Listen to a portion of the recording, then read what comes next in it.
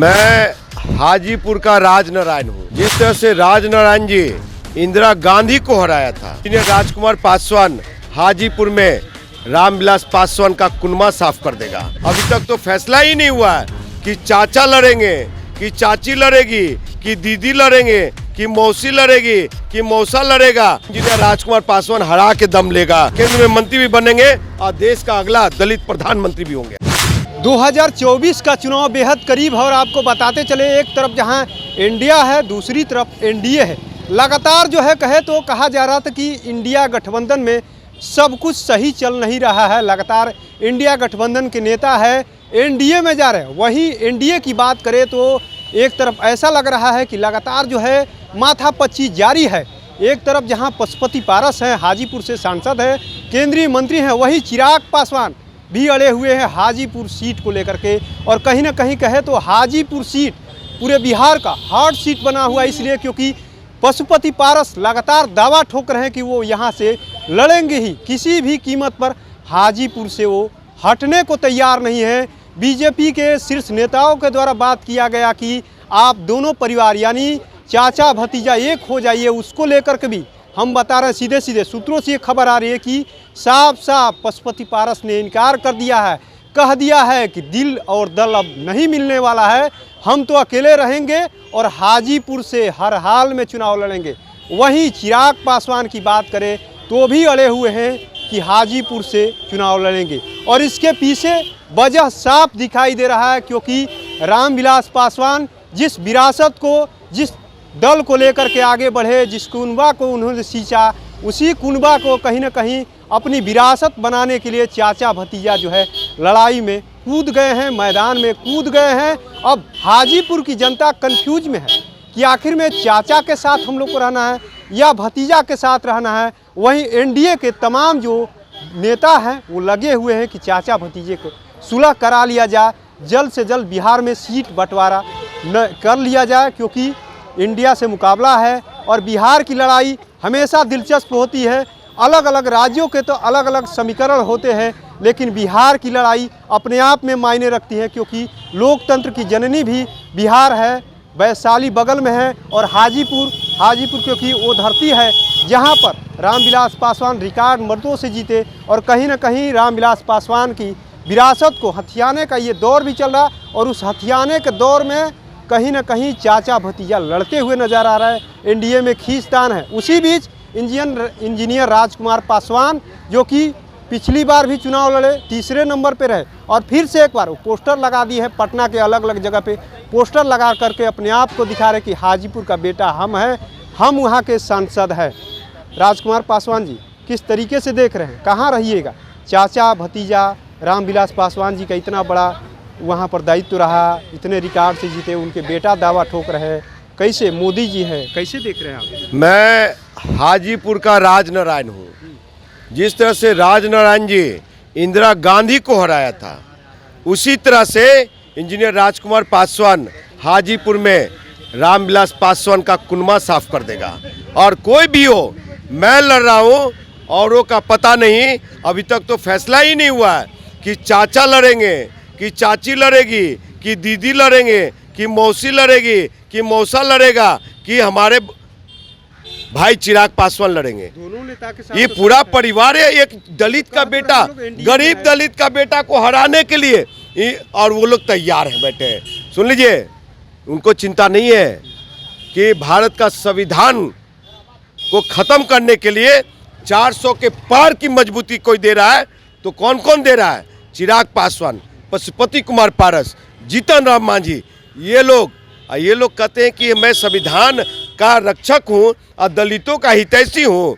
आज संविधान खतरे में है, तो ये बिहार की धरती है और मैं लोकतंत्र की धरती से, गणतंत्र की जननी वैशाली से आता हूँ मैं। और हमारे शरीर में जितनी भी खून है, एक एक कतरा बहा दूंगा, लेकिन पीएम मोदी के रथ को रोक के रहूँगा। इनको 400 के पार जाने नहीं दूंगा मैं। आप पीएम के रथ की बात कर रहे हैं, लेकिन हाजीपुर में चाचा का प्रभाव भी है, भतीजा का प्रभाव भी। एनडीए में है दोनों लोग, सुलह तो हो ही जाएगा आने वाले समय। उनके साथ जनता है, प्रभाव है, माफियाओं का प्रभाव है।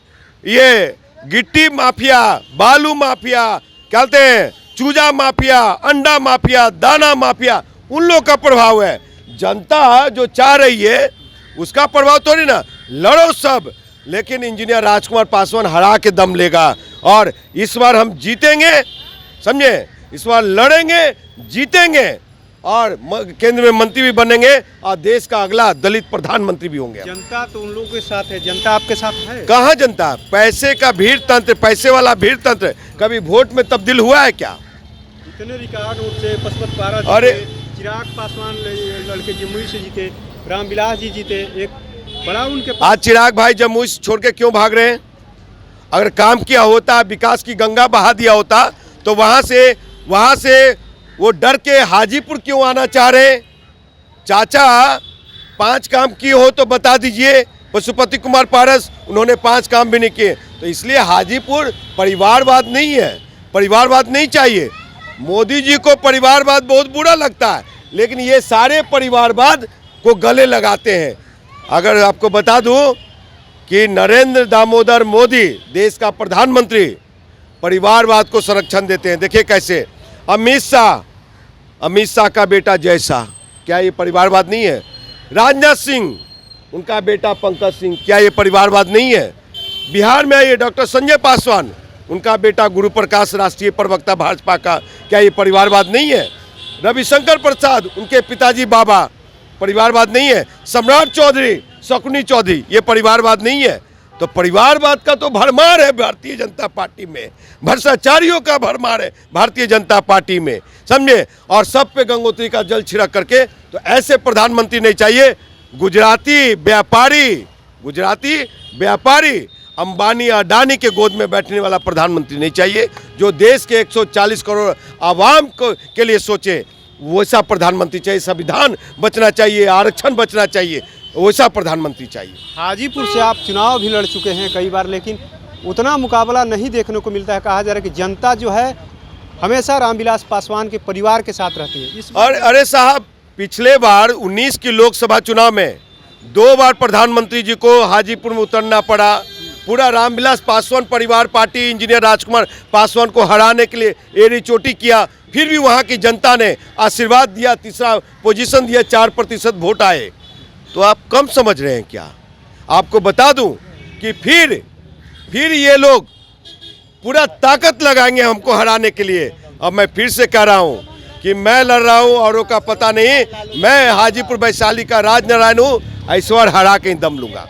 देखिए किस तरीके से हाजीपुर को लेकर के अभी तक जो है एनडीए में जो है खींचतान जारी है। लगातार जो है चाचा पशुपति पारस अड़े हुए हैं। चिराग पासवान की दावेदारी कही जा रही है कि चिराग पासवान भी दावा ठोक रहे हैं। उधर इंडिया गठबंधन से चिराग पासवान को ऑफर पे ऑफर आ रहा है, लेकिन वो हमेशा कह रहे हैं कि हम एनडीए के साथ मजबूती के साथ खड़े हैं, पशुपति पारस मजबूती के साथ खड़े हैं। लेकिन इसी बीच लगातार कई दावेदार जो है हाजीपुर सीट को लेकर के दावा ठोक रहे। उसमें राजकुमार पासवान भी पिछली बार चुनाव लड़े, इस बार भी पटना में अलग अलग जगह वो पोस्टर लगा करके अपनी दावेदारी हिट करने में लगे हुए। अब देखना ये हो दिलचस्प होगा कि आखिर में हाजीपुर सीट जो हॉट सीट बना हुआ है वहाँ से चिराग पासवान को टिकट मिलता है या पशुपति पारस वहाँ से चुनाव लड़ते हैं या कुछ और समीकरण देखने को मिलता है आने वाले समय में।